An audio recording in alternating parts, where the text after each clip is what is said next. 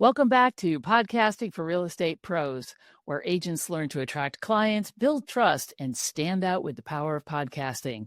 Let's dive in. Want to know what kills the most real estate podcasts before they even ever gain traction? It's not bad mics. It's not lack of ideas. It's these 5 mistakes, and we're shutting them down right now.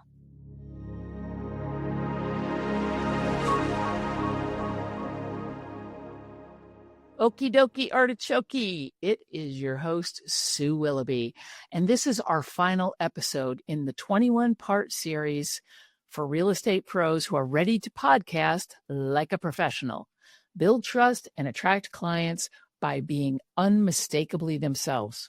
Today, we're wrapping it all up with the biggest mistakes that I see agents make and what you are going to do instead. So let's go. Mistake number 1. Overthinking the tech. You do not need a $500 microphone, a soundproof studio, or an audio engineer named Lars. What you do need is a quiet space, a basic mic, and a clear message. That is it. Okay? So what to do instead? Start simple. Start now, grow later. Don't get hung up on the tech, please. It is not rocket science, folks. It's very easy. Start simple, start now, and grow later. You can always go out and buy that $500 microphone when you celebrate your millionth download, but right now, you don't need that. Okay, mistake number 2, speaking to everyone. If your podcast is for everyone looking to buy or sell, then it's not going to resonate with anyone. So instead, pick a niche, maybe first-time home buyers, maybe downsizers, divorcees. Be the go-to voice for whatever audience you choose to serve. It should also be an audience that you feel passionate about. Maybe you want to, help just people that want to list their homes. Maybe you want to be a listing agent. Focus on those people. Give them the information that they need. Now, there's going to be other people that'll listen to your podcast that may pick up some tips along the way. But if you pick a niche, you can always expand a little bit out from there. But don't just be a broad brush podcaster, because you will end up with no audience because you're not going to resonate with anyone. Okay, I think you get the point. Mistake number 3, waiting to feel ready. That's kind of like getting hung up on the tech and having everything be perfect. Confidence comes from doing, not from planning. Here's a little story. I thought it would be fun to start working out at a boxing gym. I found a boxing gym in my neighborhood that, had open exercise classes that were boxing focused. And the first day that I showed up, they handed me a jump rope. I looked at the jump rope, and then I was watching everybody do crossovers, fancy jumping, all of this stuff in rhythm to the music. And I'm like, I almost turned around and walked out. And it was funny because the coach looked at me and said, I know what you're thinking. I said, you know what? I haven't jump roped since I was 5, probably. And they said, that's okay. Nobody's watching you. Everybody is concerned with what they are doing.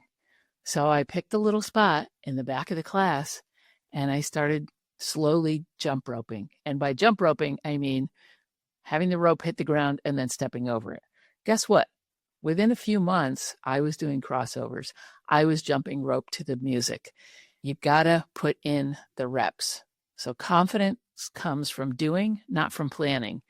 Planning falls into the category of analysis paralysis.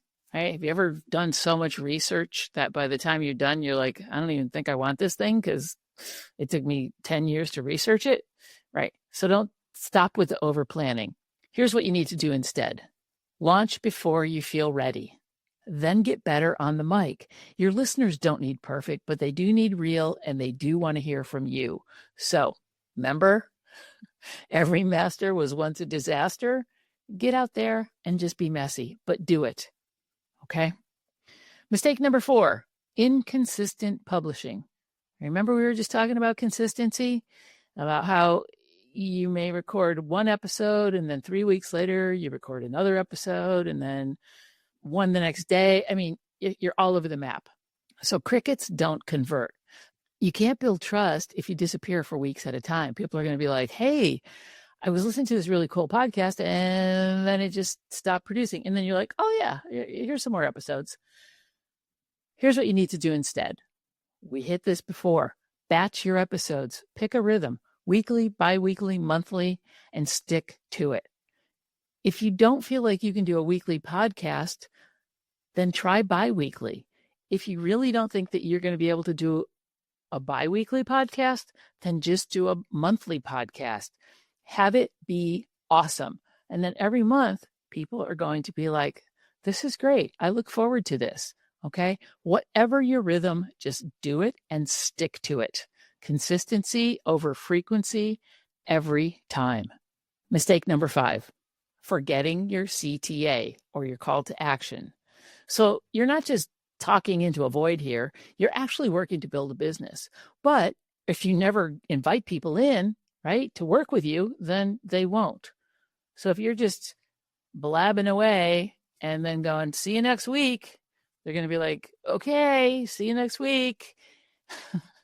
So what you need to do instead is end every episode with an action step, whether it's book a call, download a free guide, join my email list, just tell them to do something.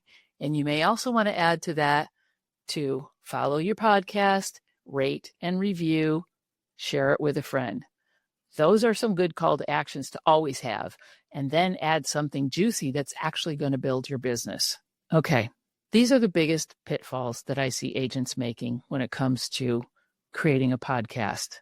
So just remember this one thing. The goal is not to be famous. You may end up being famous. I don't know, but don't make that the goal. The goal is to be familiar. The goal is to provide value. The goal is to be that person that people are going to look to for information, for content, for value, for the knowledge that they need when they need it. So familiar voices build trust. Trusted voices get referrals. And that's where the magic happens. All right, you started this series curious and you're ending it ready to launch your podcast.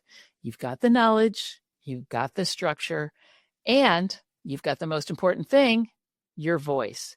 Now, please go use your voice and build your business. Okay, I know this series lit a fire under your butt and you're ready to finally launch or relaunch. If you've already had a podcast, now you're ready to relaunch it for real. A podcast that feels aligned, impactful, and profitable.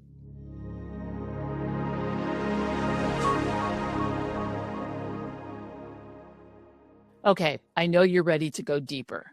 So join me inside Mic Drop Agents. That's my membership designed to help real estate pros like you launch, grow, and own your voice in a crowded market. In this membership, you'll find courses, resources, community, coaching, and badass podcast strategies, real agent to real agent. So find the link in the show notes or DM me the word mic drop on Instagram, and we will give you information on how to join the membership program. This is Sue Willoughby, and remember, the mic is yours now. Use it to build trust, attract clients, and own your story. And that, my friend, is a wrap. But really, it's just the beginning. I will see you on the air.